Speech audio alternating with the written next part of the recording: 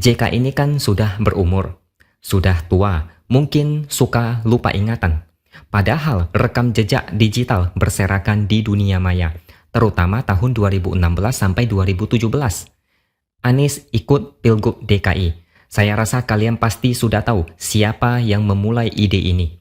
JK adalah salah satu kingmaker. JK mengaku sendiri kalau dia mendukung pencalonan Anies.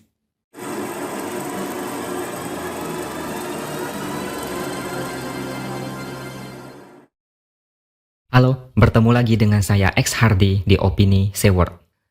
Pertemuan antara Jokowi dan 6 ketua umum parpol minus Nasdem ternyata bikin Nasdem mengalami puncak kegelisahan yang tidak tertahankan. Nasdem mungkin sudah gelisah karena nilai jual Anies tidak kunjung naik meskipun sudah berbulan-bulan pamer pesona ke seluruh Indonesia.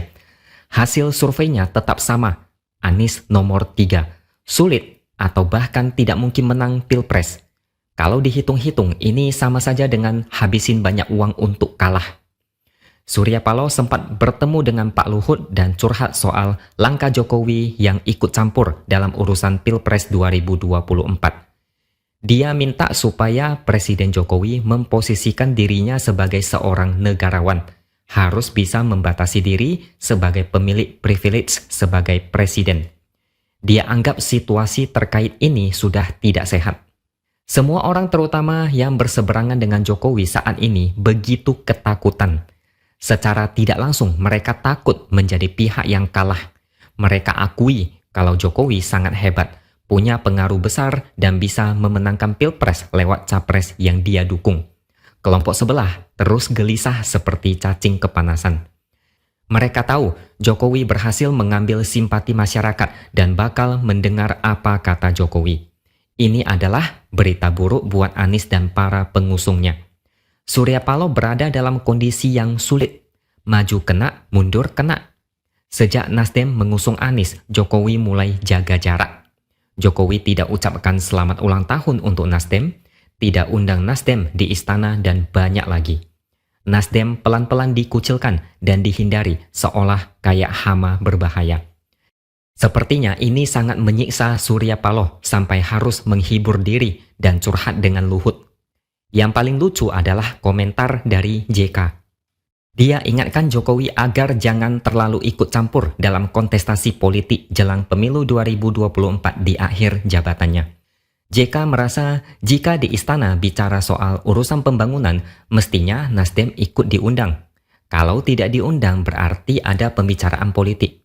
Dia meminta Jokowi meniru Megawati dan SBY yang menjauhkan diri dari politik pada saat akhir jabatannya. JK ini kan sudah berumur, sudah tua, mungkin suka lupa ingatan. Padahal rekam jejak digital berserakan di dunia maya, terutama tahun 2016 sampai 2017. Anies ikut Pilgub DKI. Saya rasa kalian pasti sudah tahu siapa yang memulai ide ini. JK adalah salah satu kingmaker. JK mengaku sendiri kalau dia mendukung pencalonan Anies. JK usulkan nama Anies ke Prabowo dan Presiden PKS saat itu, yaitu Sohibul Iman. Waktunya tinggal sedikit, 12 jam sebelum penutupan pendaftaran Cagup dan Cawagup. JK bahkan telepon Prabowo dan Sohibul Iman dari New York. Alasannya JK sangat tidak masuk di akal. Katanya, kalau Ahok menang akan memicu keributan dan posisi Jokowi berada dalam bahaya. Percayakah kalian dengan bapak satu ini? Rasanya lebih masuk akal kalau jika Ahok menang, JK yang rugi. Kalau Anies yang menang, JK dapat banyak keuntungan. Buktinya kelihatan jelas kok. Anies akrab luar biasa dengan JK. Dalam politik, kedekatan seperti ini gampang sekali ditebak kemana arahnya. Kalau JK minta politik tak ikut campur urusan politik, bagaimana dengan JK yang bantu pencalonan Anies? Bukankah itu jelas-jelas ikut campur urusan politik, padahal posisinya masih sebagai wakil presiden? Apakah Pak JK sudah lupa atau pura-pura lupa? Apa yang dikatakan JK ini mirip dengan Demokrat yang ikutan protes, padahal SBY lebih parah. Pernah 2 kali gelar nikahan anaknya di istana, padahal bisa di tempat lain. Kalau tidak salah, inilah kali pertama seorang presiden nikahkan semua anaknya di istana. Anas Urbaningrum juga ditanya komentarnya soal pertemuan Jokowi di istana. Dia bilang dulu SBY juga pernah menggelar pertemuan tertutup dengan para pimpinan parpol pendukung pemerintahannya. Pertemuan itu bukan cuma satu kali, tapi beberapa kali. Anas juga bilang, SBY pernah undang pertemuan bersama parpol koalisi, tapi tidak undang salah satu parpol, yaitu PKS. Satu lagi info yang mungkin kalian tidak ingat, ketika SBY mau nyalon lagi di periode kedua di Pilpres 2009, dia umumkan pencalonan itu di Istana Negara, yang dianggap sangat tidak beretika karena menggunakan fasilitas negara untuk kepentingan politik pribadi. Ternyata benar, jejak digital itu cepat atau lambat akan terbongkar karena nafsu politik yang membabi buta.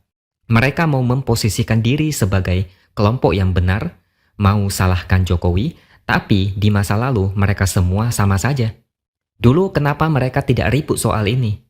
Jawabannya cuma satu, yaitu mereka takut dengan pengaruh Jokowi yang makin besar jelang lengser.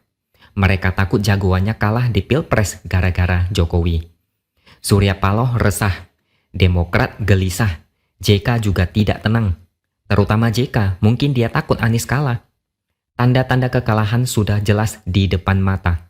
Kesalahan Anies sewaktu didukung kelompok intoleran dan kerja amburadul sudah tidak termaafkan. Politik identitas tidak punya tempat di negara ini. JK usung Anies akibatnya kacau balau. JK juga harusnya introspeksi karena mengusung Anies adalah sebuah kesalahan fatal.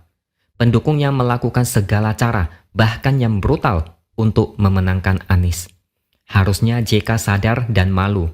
Jangan pura-pura prihatin dengan keselamatan Jokowi kalau Ahok menang. Semua orang sudah tahu, Anies menang, JK lebih menang banyak. Jangan suka memberikan saran terhadap sesuatu tanpa merenungi apa yang sudah mereka lakukan di masa lalu. Saya anggap komentar dari JK ini adalah pengakuan bahwa Anies sudah hampir dipastikan kalah di Pilpres. Apa yang Anies tabur seenaknya saat jadi gubernur, akhirnya jadi karma jelek buat dia sendiri.